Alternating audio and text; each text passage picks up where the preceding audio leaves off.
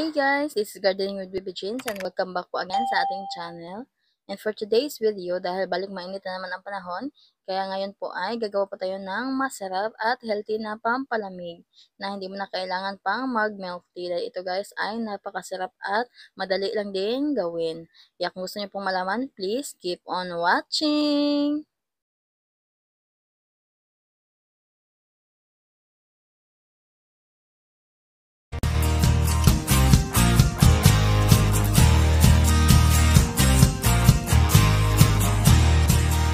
Before pa natin simulan yung ating avocado juice, ay lutuin muna natin yung ating tapioca pearl. Dito sa ating pot ay naglagay lang po ako dito ng 2 cups of water. Pagkatapos ay buksan natin yung apoy at takpan po ito. Hayaan po itong kumulo, saka po natin ilalagay yung ating tapioca pearl. Kapag ganitong kumukulo na po yung ating tubig, ay pwede na po natin ilagay yung ating tapioca. Pagkalagay guys, ay haluluin agad kasi may tendency po itong magdikit-dikit.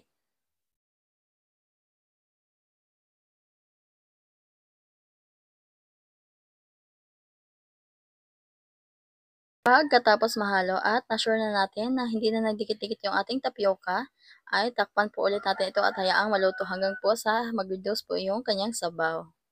Heto nga at nag-reduce na nga ang kanyang sabaw, kaya hanguin na po natin ito.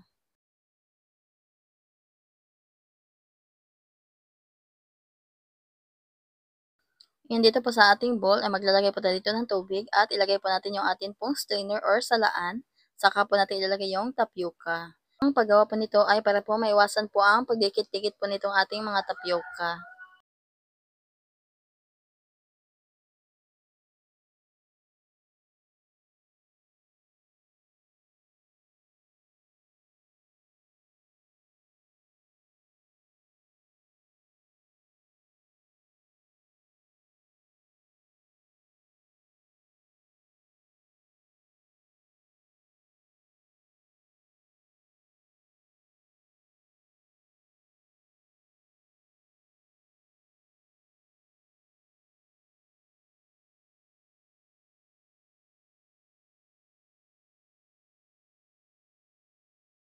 Heto nga at okay na nga itong ating tapioca guys, kaya i-transfer na po natin ito sa malinis na bowl.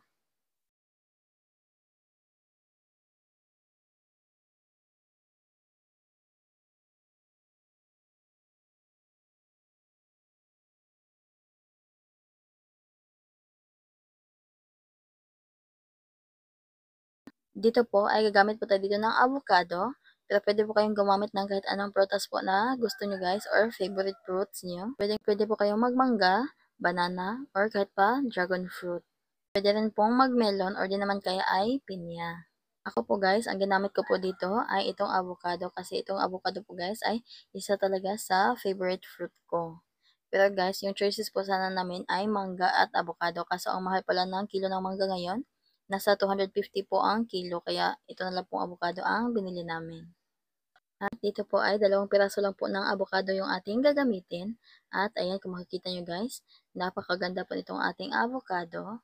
Medyo mahal-mahal na rin po ang kilo ng avocado ngayon guys dahil hindi na po siya season. Nasa 160 po ang kilo po nitong bili po namin ng avocado. At tatagalin po natin ito sa balat bago po natin ito pinuhin. Kung meron pa kayong blender ay pwede rin po blender ang inyong gamitin. Pero kung wala naman po kayong blender ay pwede rin po kayong gumamit na lang ng tinidor sa pagpipino po nito.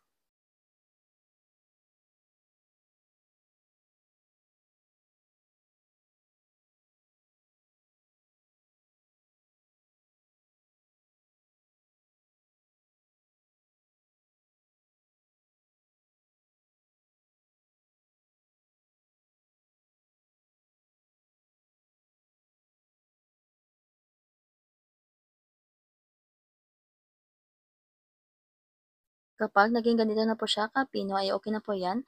Dito po ay maglalagay na po tayo ng condensed milk. Kahit anong brand ay pwedeng-pwede. Sa atin pong 2 avocado, ang nilagay ko po dito na condensed milk ay nasa kalahating lata. Pagkatapos po natin mag-add ng condensed milk ay haluluin po natin ito ng maigi.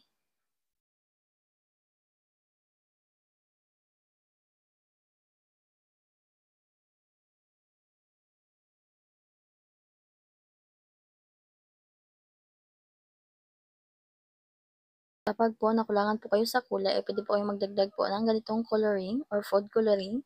Ito pong ginamit ko po ay green. Mag-a-add po tayo dito ng kaunti kasi nakulangan po ako sa kanyang kulay. Pero ito guys ha, ay optional lang. Kung ayaw nyo namang mag-add po ng food coloring ay okay lang naman.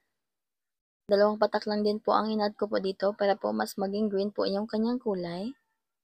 At kung nakarating ka na sa part na ito at nagustuhan niyo po yung ating recipe for today, please let me know in the comment section below at huwag kalimutang mag-like, subscribe, pakiclick na rin po yung notification bell para lagi kang updated sa ating masusunod pang video. At ayan, okay na nga ito kaya simulan na po natin ang pag-assemble. Ito na po yung ating mga ingredients po na gagamitin. Gagamit po tayo dito ng fresh milk, ito po ang ating avocado, itong ating tapioca, pati na rin itong natira nating condensed milk, at gagamit din po tayo dito ng yelo. Pwedeng-pwede po kayo ditong gumamit ng baso or di kaya ay plastic cups, kagaya po ng lalagyan po ng milk tea. Pero ako wala po akong ganun. Ito lang po yung meron ako, itong maliit. Kaya ito na po ating lalagyan. Ang una ko pong nilagay dito ay itong ice.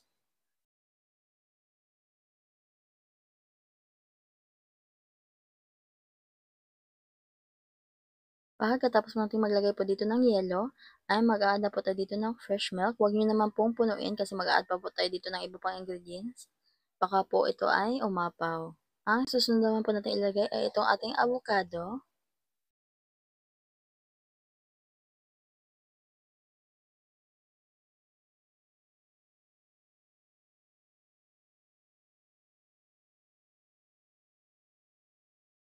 Ayan, kung makikita nyo guys, ay malapit na nga siyang umapaw. Mag-add na rin po tayo dito ng itong ating tapioca.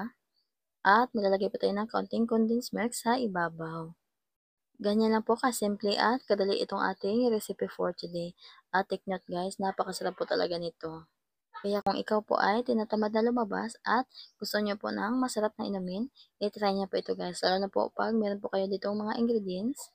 At ang kagandahan pa dito ay pwede po tayong gumamit dito ng kahit anong prutas po na ating gustong gamitin or yung mga favorite fruit po natin. At bukod pa sa ito ay masarap, madali rin din po itong gawin. Tapos makakamura ka pa. At marami ka na rin po ditong magagawa kaya marami na rin po ang makakatikim. Kaya ano pa hintayin nyo guys, itry nyo na po itong ating avocado milk juice or kung tawagin ay milk fruit juice.